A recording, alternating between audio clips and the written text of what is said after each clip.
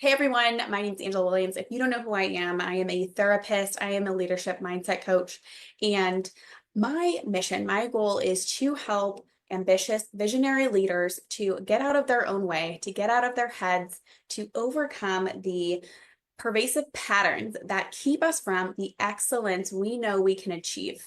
So if you have a vision, you have that zone of genius, you have a powerful purpose here, I want to help you show up as the best version of you in your life, in your work, in your career, in your business, in all of it, right? And I guide you through overcoming those internal barriers, those emotional, mental barriers that get in the way, and really tap into your authentic voice, your authentic version of you, and do it with less stress. So that's what I'm all about. We're going to talk about breaking your patterns of procrastination and perfectionism. I've been having a lot of conversations with leaders recently, and this was an on-demand topic to talk about. So what I did was I put together a framework and a model that I want to walk you through to help you understand what exactly is going on behind the scenes. Why are we showing up with these patterns, and how do we change them? How do we shift them? So I think this is a very important conversation, especially now, because we need your gifts. We need your talents. We need your voice. We need you to be at the utmost optimized version of you so that we can make a positive ripple impact of good through the world. That's my mission. I'm here to help you, to help other people, and make that just expand around the world for generations to come. That is why I do what I do. So let's talk about the framework. So I've created the self-mastery framework for visionary leaders. Now, I've been talking about self-mastery for a little bit now. I've been talking about emotional mastery. What does that mean? That means that you don't have to be perfect. It doesn't mean that you have to respond as a robot. You can have feelings. You can have reactions. You can be a human being. But what it means is being able to truly understand yourself so well, like the back of your hand, so quickly understand what's happening, what's triggering you, what situations are coming up that are putting you in a yucky mental place or emotional place. It's reducing that bounce back time. It's coming back and doing the work that you want to do, even if you don't feel like it, and being able to process your emotions and thoughts in a way that makes sense to you and helps you move forward, right? That's what that's all about, all right? So I want to talk about why this matters. We need you. We need you now more than ever. People who are doing good in the world, we need your work to really impact us all. And often what holds us back is not external. A lot of times we come up with excuses. I don't have enough time. I don't have enough money. I don't have enough resources. But a lot of that is actually inner blocks that you can't see. Sometimes you're not even aware of them, that are running on repeat in the back of your brain. So the framework I created is designed to help you understand all of this, tap in.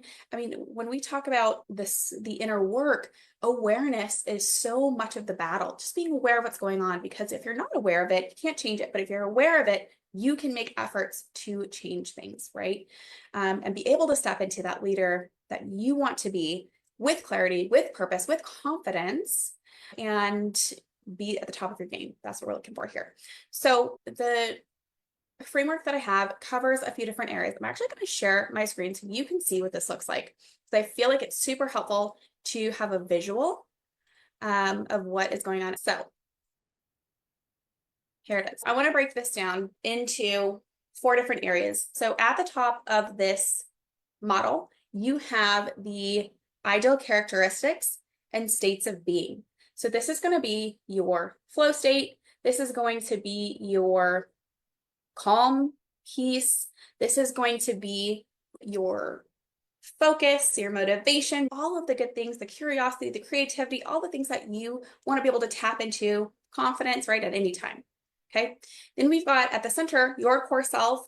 That is, who you are, your vision, your values, your roles, the things that are inspiring you, that you're passionate about, that light you up, your zone of genius, all of that, that's in your core self. Now, at the bottom of this, we've got your unresolved subconscious story. These are things such as the unhelpful beliefs that you have formed along the way about yourself. These are, resulting from pains and traumas, things that have happened to you in the past, things that have shaped you. And I call them unresolved because a lot of times, if we've got them resolved, we can move on up into the ideal characteristics and states of being. But our unresolved subconscious stories and situations and beliefs are the things that hold us back from the excellence that we desire, right? So that's, I'm a failure, I'm not good enough. Those are the kind of the core human woundings that we have. And those all come from different situations for all of us. And the bottom right side of this triangle is our self-sabotage, protection of self tendencies. Now, these are things such as perfectionism, procrastination, having low boundaries, poor boundaries, being in hustle mode, being on all the time. They can also show up as things that feel like comfort. So, binge watching Netflix, any addictions, addiction to work, addiction to alcohol, to sex, to anything that can come up and distract us away from any sort of pain. So we always call them self-sabotage behaviors, but they actually are functional. They function as a protection of ourselves. Our system is wired to protect itself. Just like when we get a cut on our arm, it heals automatically. It starts that healing process automatically. That is how our brain is, but we aren't necessarily doing that in a way that makes sense to us or is helpful or positive, but it's a automatic response of protection, whether that's upfront or after we're hurt, right? So up front, it might be, I need to be in control of everything, right? So that I don't get hurt or let down.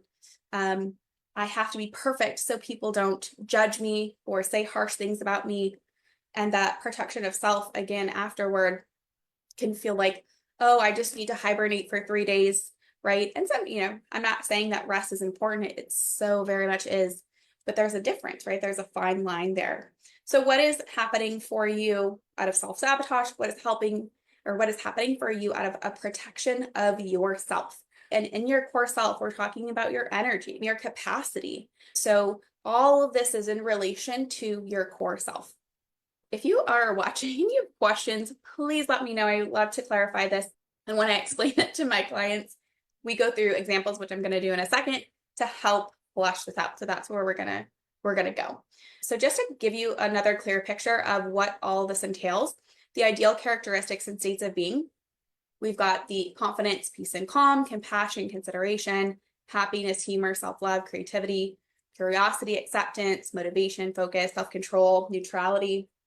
Sometimes that's the best response, right? Flow states, fulfillment, joy, clarity. All of those are ideal places to be in.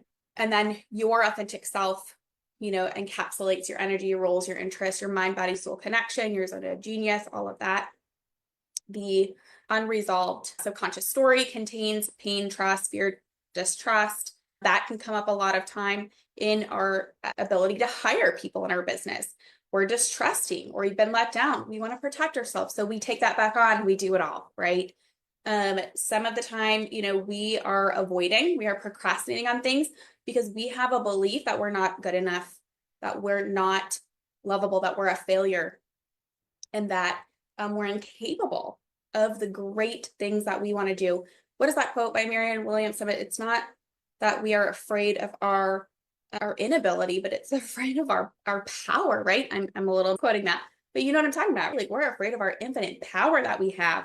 It is amazing to behold. So when you're thinking about the story that you have that's coming up when you're in this mode of perfectionism and procrastination, specifically, we're going to talk about those today, but it could be anything. What is the story behind that?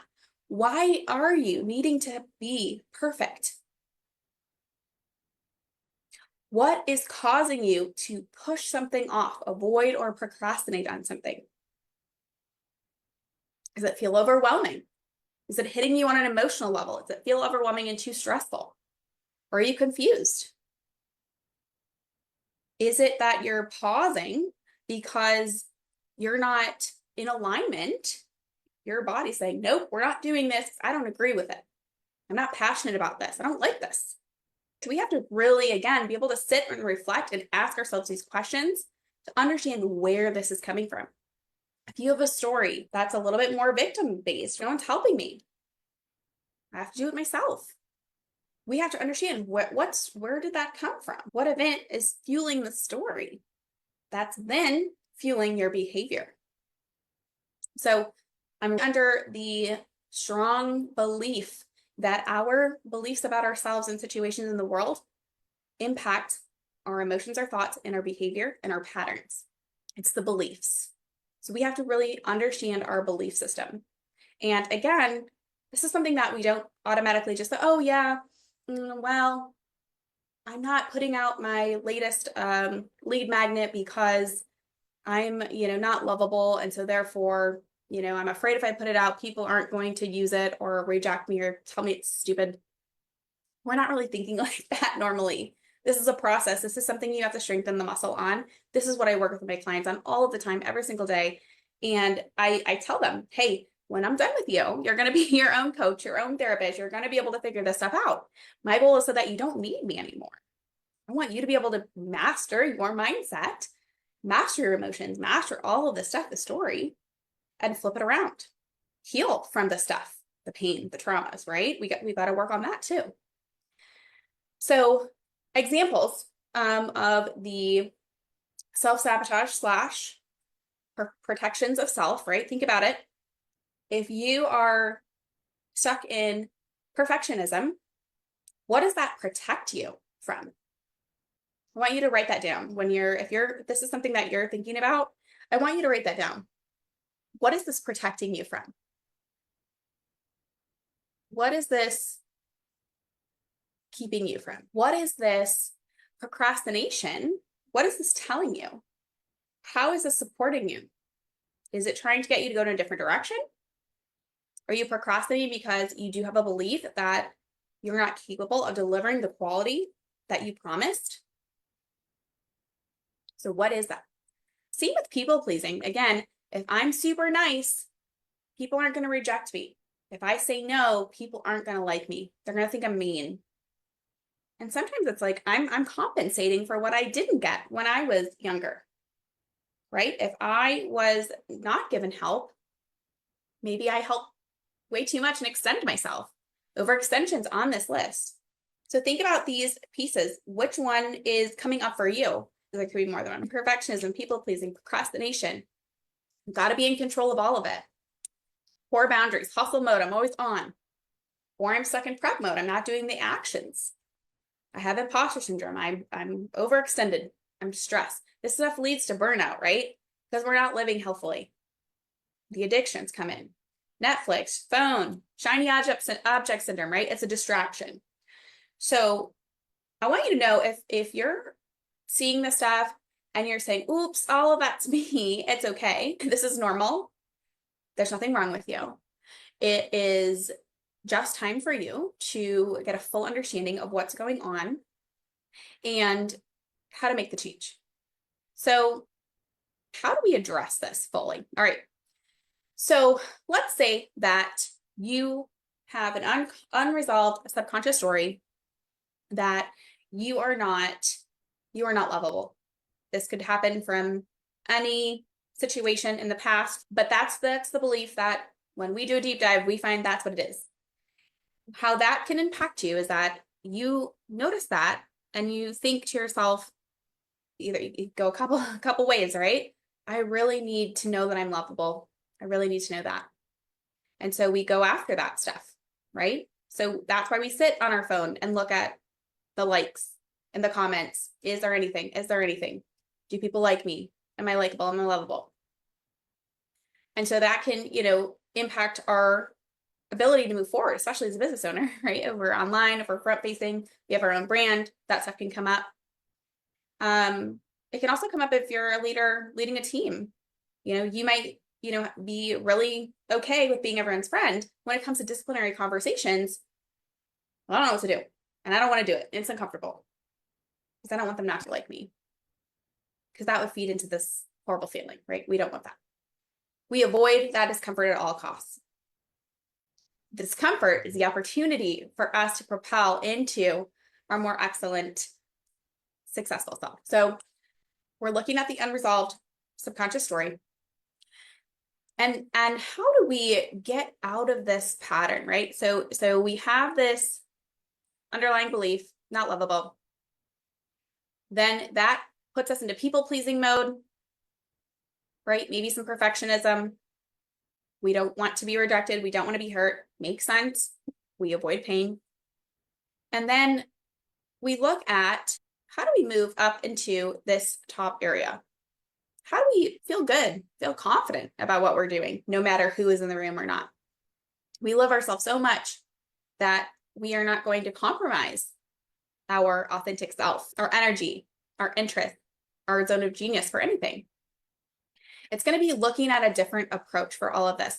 When I meet with people who are people pleasers, and I'm recovering from all of this as well, when I'm talking to my people pleasers, how do you feel? You are the one in your brain 24/7, right? How do you feel about all of this? Who is this benefiting and how and why? Right? It's asking ourselves those questions. When I'm talking to perfectionists, I also say that, hey, you know what? You value excellence.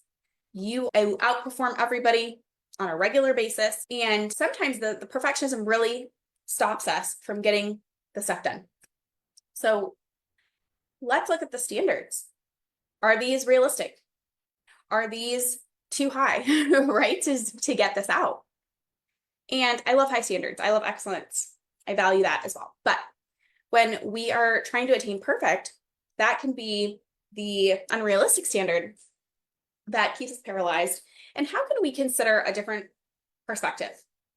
How can we use some acceptance if we're looking at that top category, right? How can we detach a little bit from the outcome?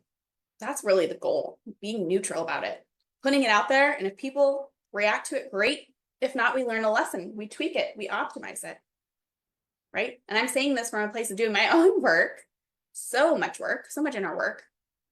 But we have to go back to, why is this happening in the first place? What is the belief? What is the experience we have? But then how can we create a new belief? I am confident, I am worthy, I am capable, and get clear on what that means to move forward. I tell my perfectionists, like I was saying, you outperform people. Your output is at like a 200%.